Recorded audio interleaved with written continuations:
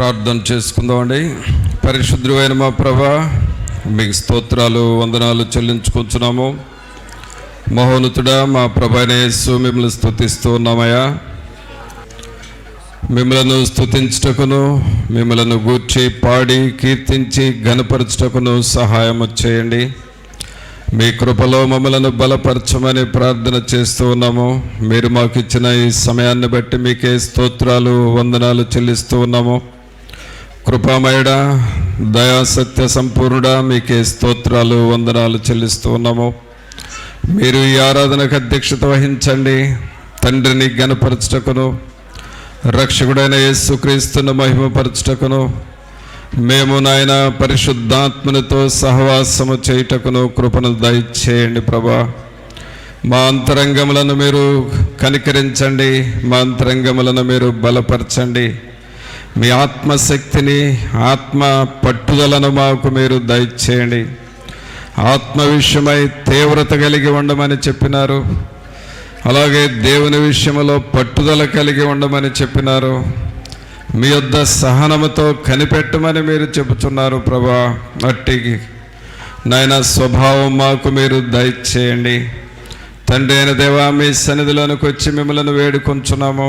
మీరు మాకు అధ్యక్షత వహించండి. ఏ రీతిగా మిమ్మల్ని స్తుతించి ఘనపరచవలనో సమస్త విషయాల్లో మీరే మీ కృపను మాకును మీరు సమృద్ధిగా మీరు దయచేయండి. ఈ ఆవరణమంతా మీ సన్నిధితో నింపండి ప్రభా. పాటలు పాడుచుండగా ఆ పాటల ద్వారా దేవుని యొక్క ఆత్మ మమ్మలను బలపరచునట్లుగాను, మిమ్మలను మహిమపరచువారముగా చేయండి ప్రభా. అలాగే మాలో ఉన్నటువంటి నిర్లక్ష్యము, నిర్లిప్తత సంపూర్ణంగా తొలగిపోనట్లుగా చేయండి.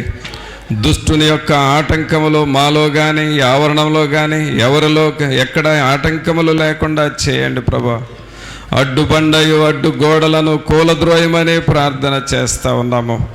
మిమ్మలను ఘనపరచుటకు మాలో ఉన్న అభ్యంతరములన్నిటినీ మీరు తొలగించండి. పరిశుద్ధాత్ముడా, మీరు మా మధ్య కదలండి. మీ కొరకు మేము మార్గమును సరళము చేయువారముగా చేయండి నాయన. మీరు మా మధ్య సంచరించున్నట్లుగా మా పరిసరాలను, మమ్ములను పరిశుద్ధపరచమని ప్రార్థన చేస్తూ ఉన్నాం. రాజులైన యాజక సమూహముగా మమ్మల్ని ఇక్కడ చేర్చి మహిమ ఘనత ప్రభావాలు మీరే ఆరోపించుకొనమని నజరేయుడైన యేసు నామమున అడిగి వేడుకొనుచున్నాము తండ్రి, ఆమేన్. పాటలు పాడుకుందామండి. మన ఆరాధన గీతంలో నుండి 115 పాట పాడుకుందామండి.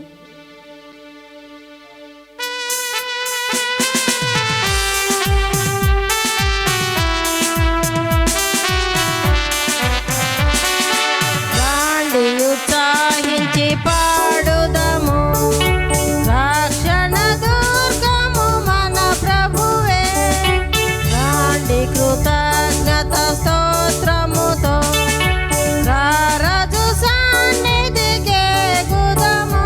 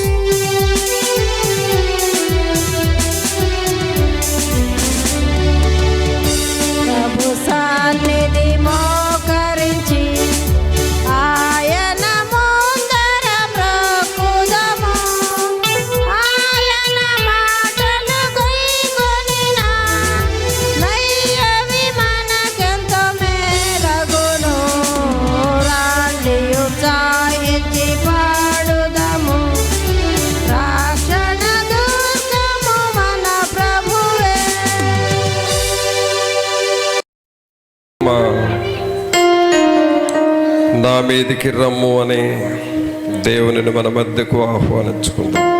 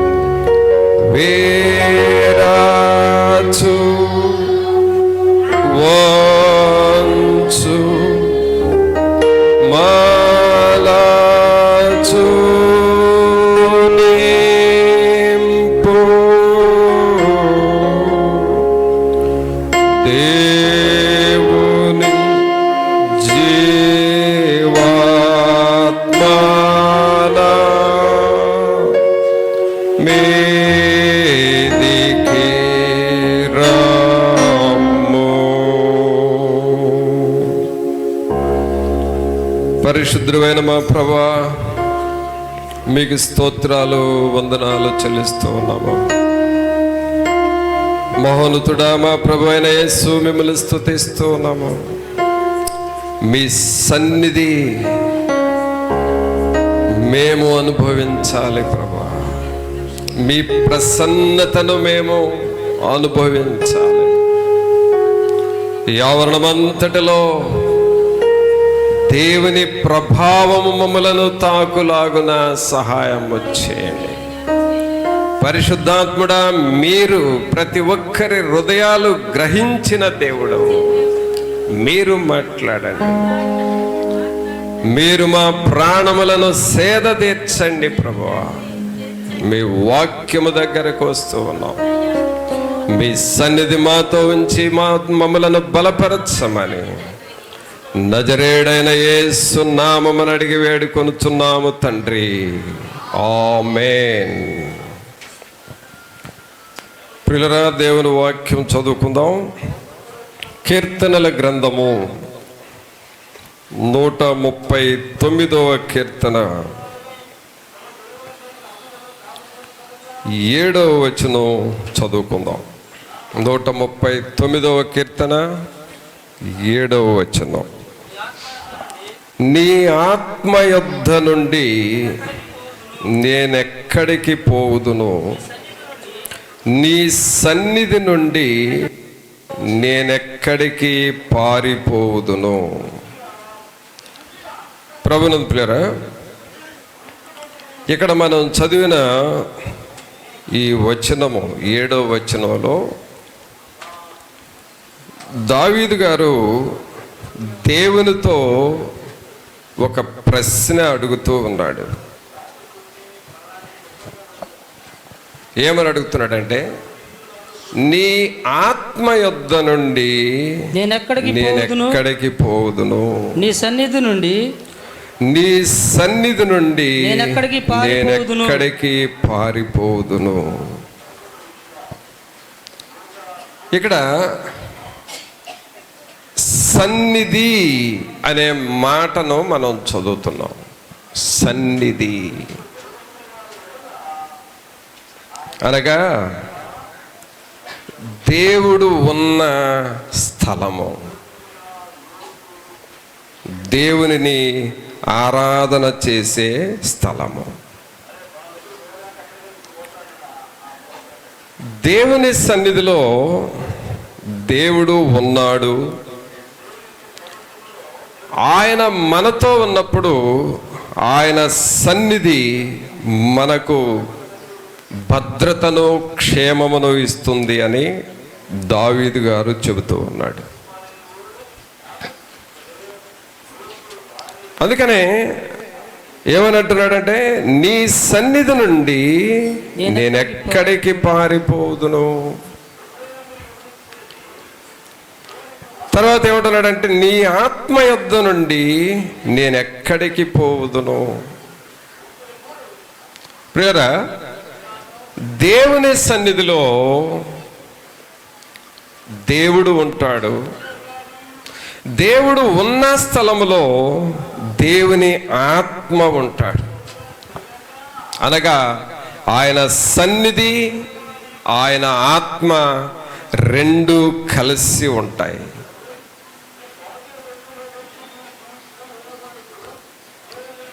ఇప్పుడు మనం ఆదివారపు ఆరాధనకి ఇక్కడికి వచ్చాం. మనం ఎవరిని ఆరాధన చేస్తున్నామంటే తండ్రిని ఆరాధన చేస్తూ ఉన్నాం. ఆయన సన్నిధిని మనం అనుభవిస్తూ ఉన్నాం. దావీదు గారు అంటున్నాడు, ఈ సన్నిధిని వదిలిపెట్టి, ఈ దేవునాత్మను వదిలిపెట్టి నేను ఎక్కడికి వెళ్ళలేదయ్యా, నేను ఎక్కడికి పారిపోతాను? ఎక్కడికి వెళ్ళినా కూడా నీ సన్నిధి నాకు తోడుగా ఉండాలి. దేవుని సన్నిధి మనతో ఉండాలి. సోదరుడా, సహోదరి, మనమందరము దేవుని సన్నిధిలో ఉన్నప్పుడు, ఆయన ఆరాధన చేస్తూ ఉన్నప్పుడు ఆయన ఆత్మను మనం అనుభవిస్తూ ఉంటాము.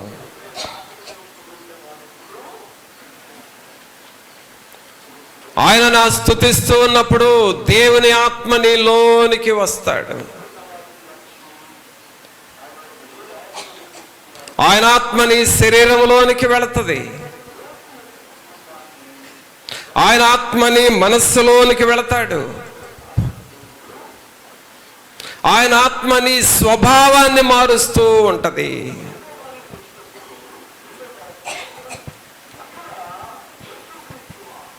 కావున మనం ఆయన సన్నిధిలో ఉన్నప్పుడు ఆయనను మనము కలిగి ఉన్నాము. ఆయన ఆత్మను మనం కలిగి ఉన్నాము.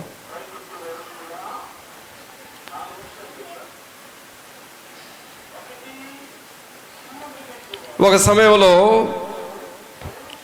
ఒక సముద్ర ప్రయాణంలో ఒక ఓడ బయలుదేరి వెళుతూ ఉన్నది పసిఫిక్ మహాసముద్రంలో. ఈ ఓడలో చాలామంది ప్రయాణికులు ఉన్నారు. ఓడ వెళుతూ ఉన్నది. సముద్రంలో లోతుగా లోపలికి వెళ్ళిన తర్వాత సడన్గా సముద్రంలో తుఫాను చెలరేగింది. వాతావరణం మారిపోయింది. ఆ తుఫానుకి ఓడను కంట్రోల్ చేయటం అనేది కెప్టెన్కి అసాధ్యముగా అనిపిస్తుంది.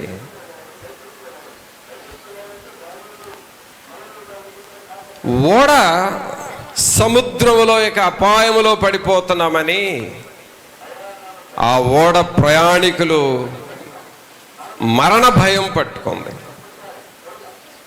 వారిలో ఒక యవనస్తుడున్నాడు, జాన్ వెస్లీ అనే యవనస్తుడు.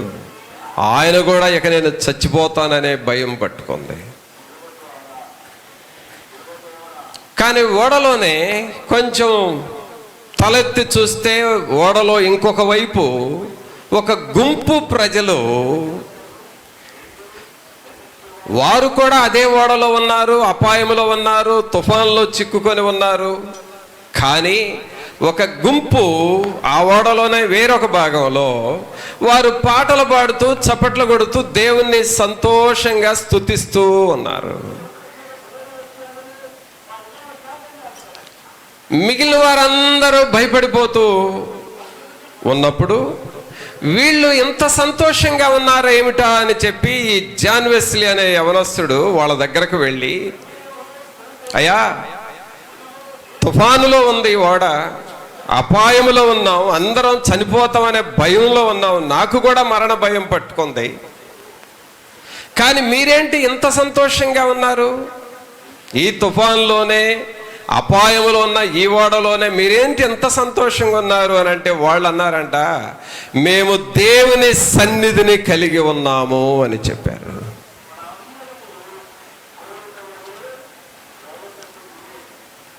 అపాయాలు ఉంటే ఉండొచ్చు, తుఫానులు వస్తే రావచ్చు, ఓడ మునిగిపోతే మునిగిపోవచ్చు, కానీ మేము దేవునిని స్తుతిస్తూ ఉన్నాము, దేవునిని ఆరాధన చేస్తూ ఉన్నాము, దేవుని సన్నిధిని మేము అనుభవిస్తూ ఉన్నాము, దేవుని యొక్క ఆత్మను మేము అనుభవిస్తూ ఉన్నాం. ఆయన మాలో ఉన్నాడు కాబట్టి మమ్ములను క్షేమముగా కాపాడగలడనే విశ్వాసముతో మేము ఉన్నాము.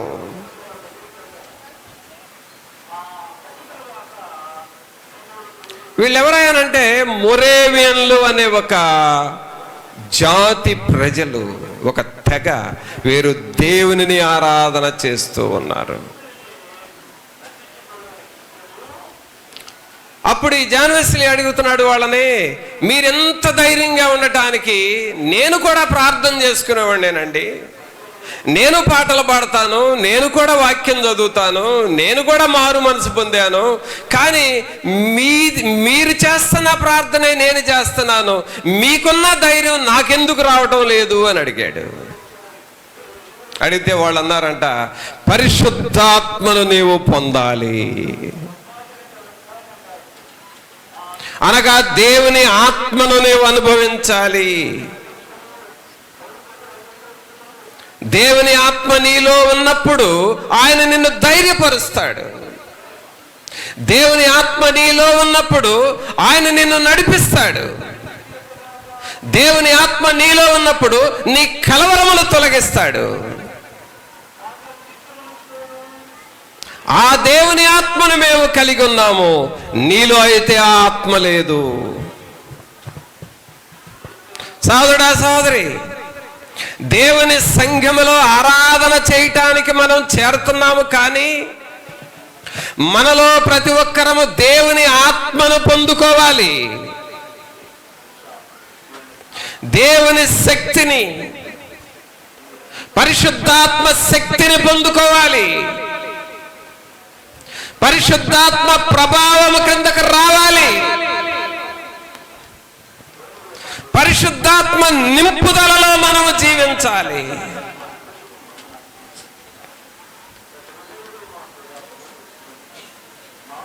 ఆయన సన్నిధి, దేవుని సన్నిధి.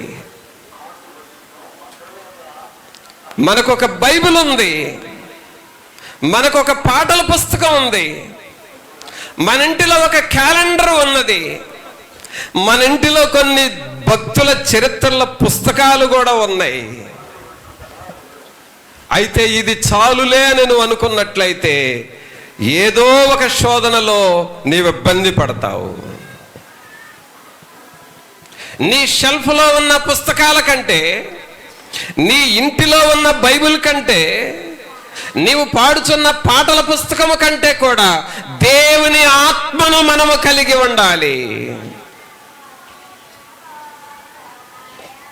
దావీదు గారు అంటున్నాడు, ప్రభువా మీ ఆత్మ యొద్ద నుండి నేను ఎక్కడికి పోవుదును,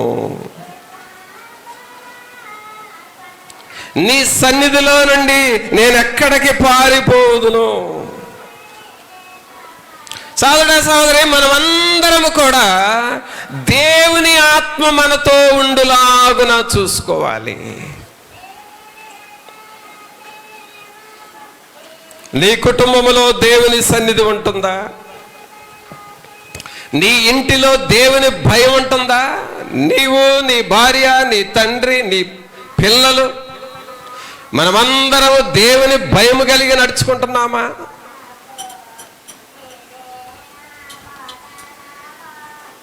దేవుని ఆత్మ వాతావరణమును నీ ఇంటిలో కొనసాగించుకుంటున్నావా?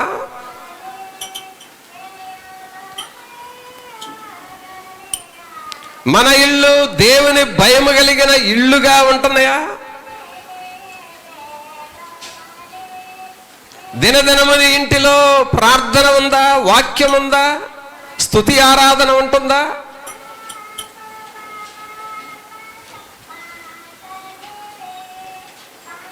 దేవుని ఆత్మ ప్రేరేపణతో నీ ఇంటిలో నలుగురుంటే నలుగురు ప్రార్థించేవారుగా ఉన్నారా? ఎప్పుడైతే అలాంటి వాతావరణం మన ఇళ్లలో కలిగి ఉంటామో ఆయన సన్నిధిని మనం అనుభవిస్తాము. సోదరుడా, సోదరి, నీ ఇంటిలో ఉన్న డబ్బు నీ ఆత్మను రక్షించదు. నీకు ఉన్న పదవి నిన్ను పరలోకానికి తీసుకొని వెళ్ళదు. నీకున్న మాటకారితనము నీ లోపాలని సవరించలేదు. నీకున్న పలుకుబడి నీ సమస్యలను తీర్చలేదు.